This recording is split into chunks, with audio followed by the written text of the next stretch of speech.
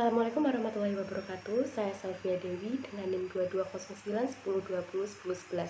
Di sini saya akan menjelaskan tentang masalah korupsi dan politisasi bansos berakar pada budaya dan sistem politik Indonesia.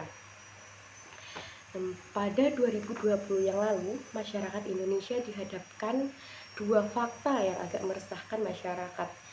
Selain penularan COVID-19 yang meningkat, juga ada kasus bantuan sosial atau bansos yang ditujukan untuk meringankan derita masyarakat yang kekurangan akibat dari pandemi, tetapi malah dikorupsi. Dan mirisnya, tersangka dari korupsi bansos tersebut Menteri Sosial atau Menteri pada masa tersebut, yaitu Juliari Batubara.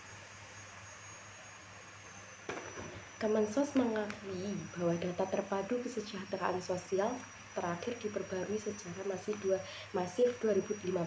Sementara Komisi Pemberantas Korupsi atau KPK menemukan berbagai permasalahan terkait DTKS seperti data tumpang tindih yang tidak lengkap dan duplikasi jutaan data. Ketidakakuratan data ditambah kewenangan kepala daerah yang besar dan penentuan penerima bansos mendorong kolusi atau perbuatan yang tidak jujur yang terjadi dalam pembagian bansos tersebut. Langsung saja pada rumusan atau akar masalah. Masalah politisasi dan korupsi bansos bukan hanya disebabkan oleh kelemahan prosedur. Akarnya ada dua yang saling berkaitan, pola hubungan patron klien yang masih dan dalam struktur masyarakat dan politik, biaya tinggi dalam sistem demokrasi Indonesia.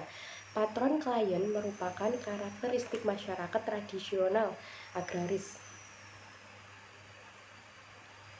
Penjelasan dampak-dampak yang akan muncul jika masalah dalam isu tidak diselesaikan, yaitu masyarakat masih merasa kekurangan akan bansos, apalagi masyarakat yang penerima PKH atau program keluarga harapan. Mereka sangat berharap sekali bansos ini bisa cair dan bisa digunakan dengan baik dan benar.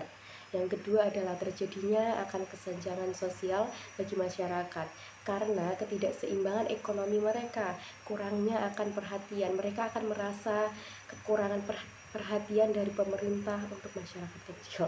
Tetapi yang kaya akan semakin kaya, yang miskin akan semakin miskin. Ya, seperti pepatah itulah Indonesia. Gagasan alternatif atau rekomendasi pemecahan masalah berdasarkan konteks deskripsi kasus, yaitu meningkatkan wawasan masyarakat terkait anggaran publik untuk meningkatkan partisipasi masyarakat dalam adanya proses penganggaran.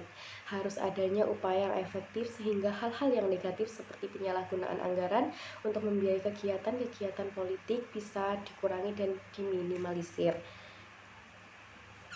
Yang terakhir yaitu deskripsi konsekuensi penerapan dari setiap alternatif gagasan pemecahan masalah berdasarkan konteks deskripsi kasus, yaitu kita harus bisa melaksanakan atau menambah wawasan kita terkait anggaran-anggaran publik tersebut. Yang kedua itu kita juga harus ikut serta menciptakan pembiayaan politik agar penyalahgunaan politik yang tidak efektif, yang tidak akuntabel, yang tidak transparan itu bisa dikurangi dengan baik. Kesimpulannya, kita tidak boleh egois. Egois dalam hal apa? Dalam hal apapun, seperti dalam jabatan. Setiap jabatan pasti mempunyai wewenang yang berbeda. Seharusnya lebih bisa dalam menjalankan wewenang dan tugas yang sudah ditetapkan, bukan malah seenaknya sendiri memainkan apa yang tidak boleh dimainkan. Kita tidak boleh melihat ke atas terus, kali-kalilah harus melihat ke bawah. Betapa banyaknya orang yang mau makan saja susah. Jadi dalam jabatan kita harus bisa melaksanakan tugas dengan baik dan benar serta amanah. Sekian dari saya. Apabila ada kata yang salah, penjelasan, pengertian, serta contoh-contoh yang kurang tepat, saya mohon maaf sebesar-besarnya. Terima kasih. Wassalamualaikum warahmatullahi wabarakatuh.